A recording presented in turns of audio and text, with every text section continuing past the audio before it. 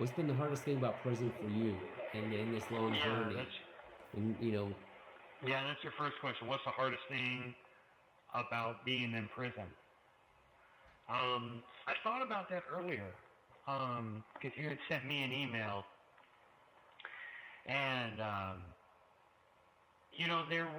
there's been different things in different seasons in my life. In my 20s versus my 30s, and now I'm in my mid 40s. I'm 45 now. In my 20s, the hardest thing about being in prison is that I was in prison, that life was happening and it wasn't happening with me. I was still adjusting to the structure of constantly racking back, and this is being back in closed custody or maximum security, as most people would understand it to be. But just that all of my friends that I grew up with were in relationships and going off camping and living an adult life out there.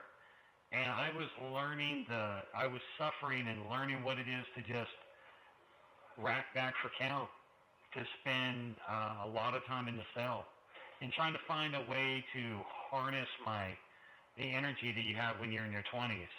You're not able to go out and live life. You have to learn how to be still. And so that was a big challenge for me in the 20s. In my 30s, I had graduated college and was starting a little trade skill. And a lot of my friends were in committed relationships, getting married, maybe having their first kid, buying a home or looking at buying a home. And I was alone. I didn't. The only relationship I had was with my prison sentence. And that was another thing that I had to suffer through, and I had to work it out. And it wasn't a 6 week or a 6 month. It was a 6 year trial.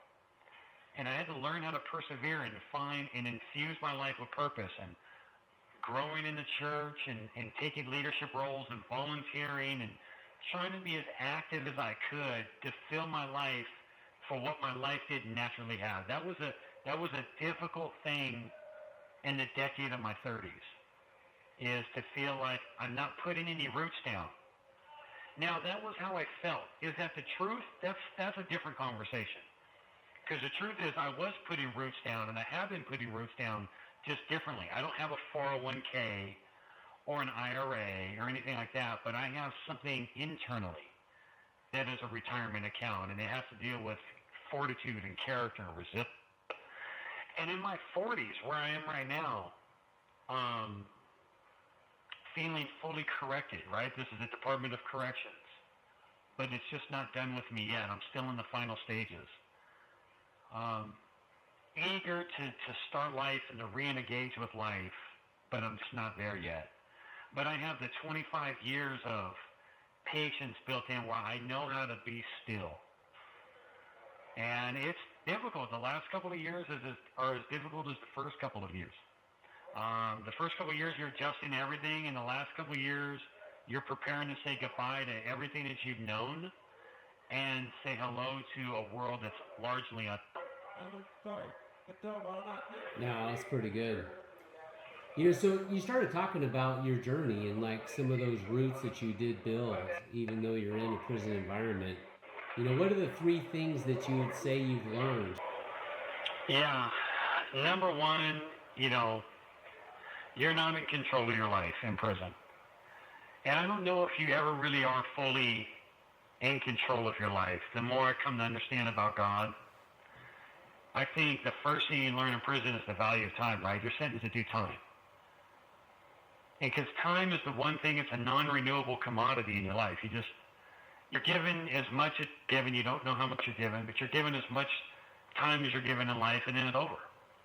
And that's why a 20, 30-year sentence is such a stiff penalty, because that's a large amount of time you can never get back. The best thing you do is be healthy, extend your life as much as you possibly can, but you learn the value of time. And time can't be wasted, ever. I can never waste time again in my life after doing almost 30 years. I think the second thing you learn is the value of respect. first and foremost respect for yourself, and then respect for other people. So you have to learn how to respect authority. You're constantly, covered by authority in prison. And then you just have to learn how to respect your peers and know that the respect and energy you put out there is generally reflected back to you. And then the last thing I really learned was the benefits of having structure in your life. And that's where prison really kind of mirrors the military life, is that, I have sergeants, lieutenants, and captains that I have to be accountable to, and I have structure. There's something expected of me, somewhere I have to be. And if I'm not there, I'm going to account for it. No, that's pretty good.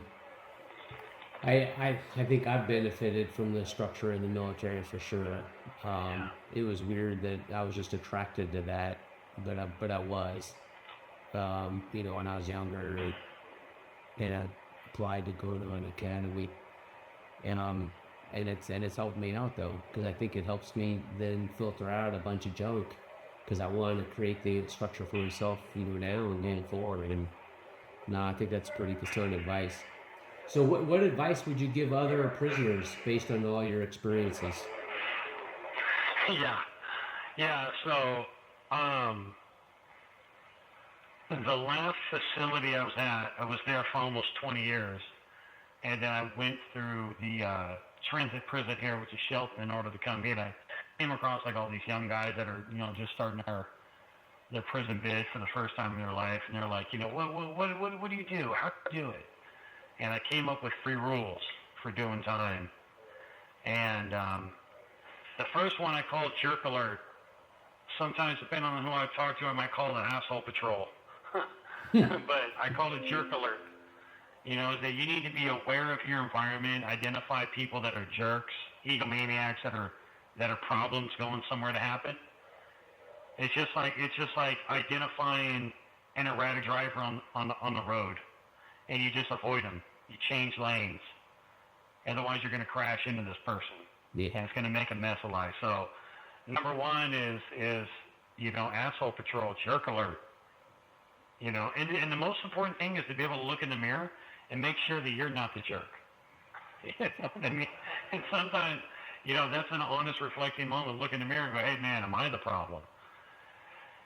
Number 2 is manage other people's expectations of you. Sometimes we oversell ourselves and have to live up to our word. It's not what it's hard to do. So you need to be very careful on how you advertise yourself to other people, especially in a world like this, because you might be called on to live up to what you've claimed about yourself, whether you want to do it or not. And that's a little bit of, I did that in the streets when I was a teenager. I ran my mouth and thought I was Billy Badass and had to live up to it, and made a mess of my life and ruined someone's life, many people's lives. So manage other people's expectations of you. That's a big one. And last but not least is do not discuss things that are sensitive or personal to you in the company of others that don't understand, can't relate, or have no stock in the outcome. And the reason that's an important one is because it minimizes conflict with other people.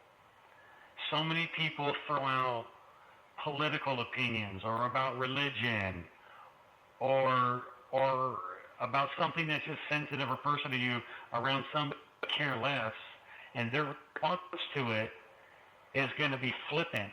And then you're going to feel upset, disrespected, and then it's going to lead to kind of an internal conflict leading up to an external conflict.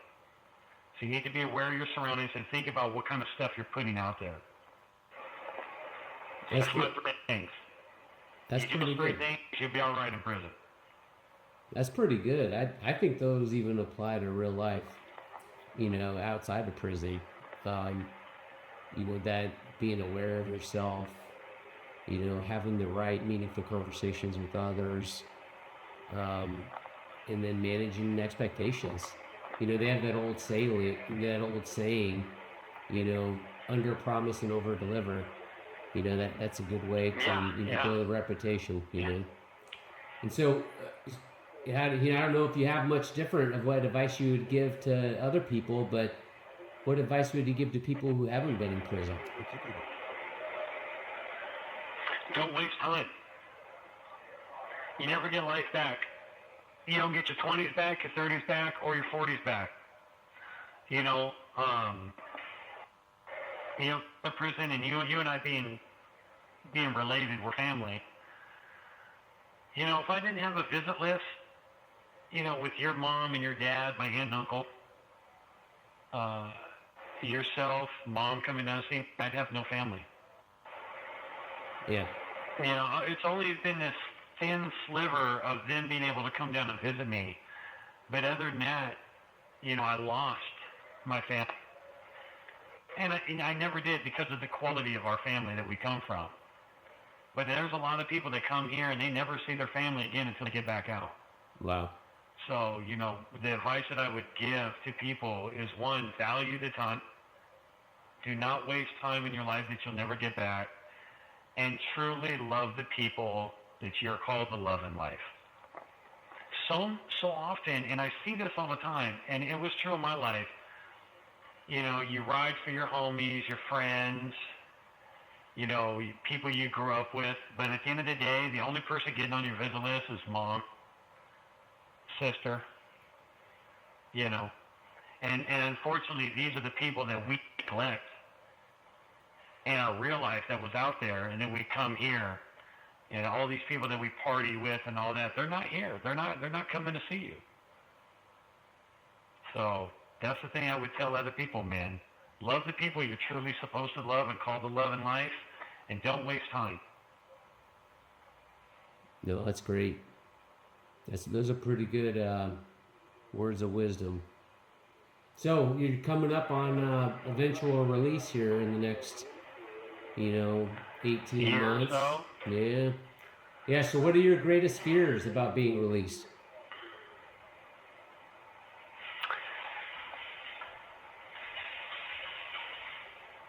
You know, leading into a world, I've never been online. I've never even been on the internet. You know, I've never used a smart anything device. I came to prison long before, man, it was like dial-up internet. You had to hook it into your phone, and only nerds were on that. You know, gangsters weren't on that. And there's a whole new world for me to adapt to. I ride in my boss's truck.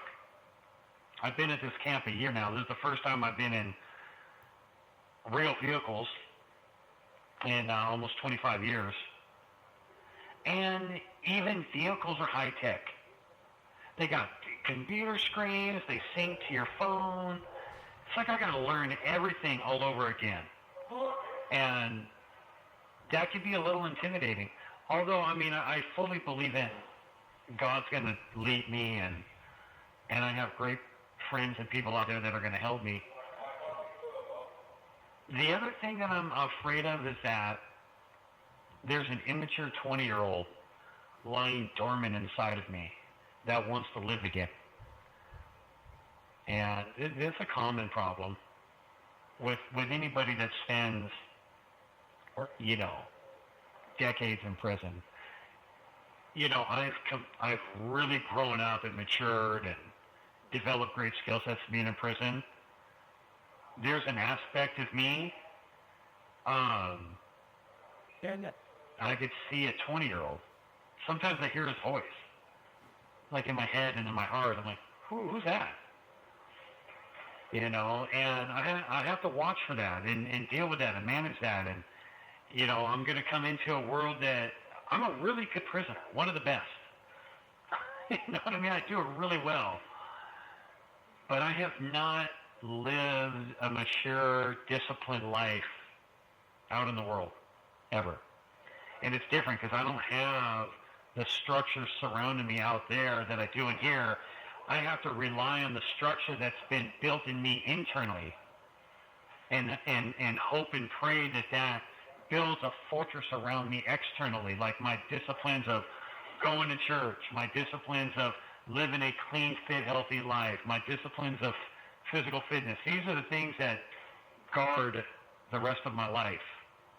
You know, the relationships that I have, I have to be accountable to. So those are two things: a strange technological world, and an idiot that wants to reemerge. Hey, Drew, you made me think of King David or David Petraeus. Also, inside of Honeywell, we always pass down these we call them knowledge shares, and they're like little stories about having integrity.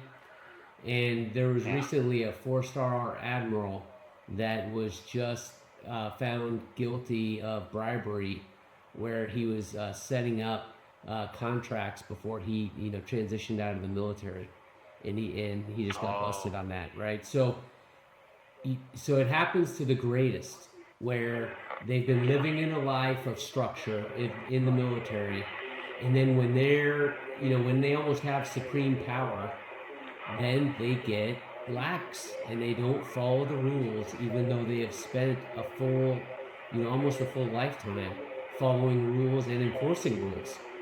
So the fact that you're just talking about it and the importance, I think it's gonna help you be self-disciplined and regulated, so you don't do anything stupid. And the fact you're talking about it though is key. That self-awareness is really going to make a difference, in my opinion. But just realize that even the greatest fall from that type of weakness. Yeah. Hey, so here's the geek of me, right? Operating systems. I like that at work. I like that in the military. But what's your operating system in prison? It's my routine. Yeah, I wake up.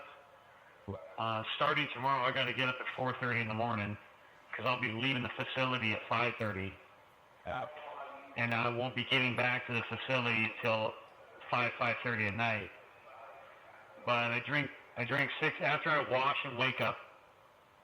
I drink 16 ounces of water. I take my vitamins. I stretch. I do about 10 to 15 minutes of ab work, core work.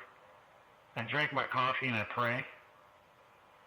I try to read like a chapter of the Bible, and then I make sure that I have at least one meaningful connection with somebody today, a meaningful conversation.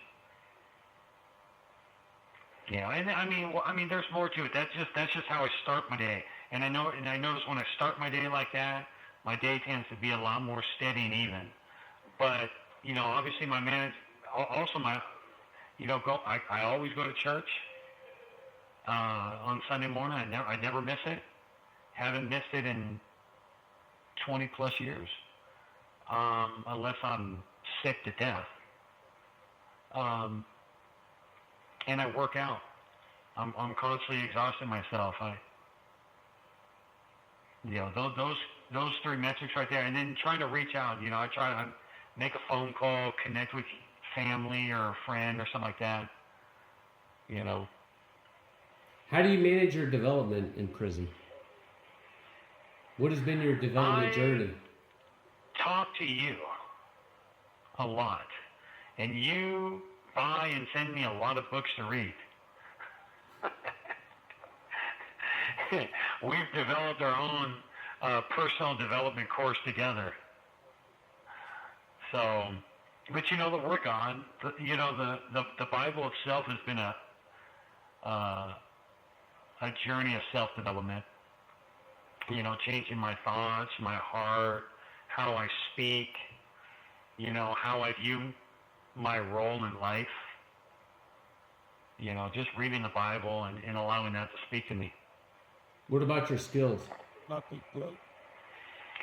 Oh, yeah, that's, aside from spiritual development, being a woodworker, learning and having the rare opportunity, being in position to find an opportunity to learn how to woodwork, and doing that for 20 plus years, and now the last 7-8 years being trained as a plumber, doing renovations here, and for years I went to school and I learned computer automated design, CAD, and computer automated machine technology. So I used to do that for a long time too. So as much as I was looking to get in shape and grow with God, I was always looking to put some sort of skill set in my life. I knew that I was lacking, but you have to have the self-awareness to realize you're lacking something. If you can't see that, then you won't go after anything to put it in. It's like you have to first be hungry before you start buying groceries. Yeah. Hey, so what are your aspirations after prison? Come see you in Kansas City. Yeah, for sure. No, man, to have a career and a relationship, be married, to make children in life, hopefully, to write a book with you, to be a successful life coach and mentor, and to teach and preach, and to be financially free, and to get into real estate and live a good life and help as many people as possible and leave a good legacy. Later. All right, any final thoughts? We got like a minute left. Man, this is awesome. So I need to interview you. Oh. So this was really good. I really like this experience. I need to put 10 or 12 really good, challenging questions down for you. So next one's on you. Okay. All right. Yeah. All right. Really enjoyed this, man. Oh, good. And obviously, if anybody has any thoughts or questions, Yeah. we want them to reach out to us, and then maybe, you or I can answer some questions next time. Yes, for sure. This will be on Colonel and Convict.com. I think this is our kickoff weekend. We're going to get busy, starting to tell our stories and try to add value to other people in this world. And I think your journey is going to be our example that we're going to showcase. So, thanks for your time.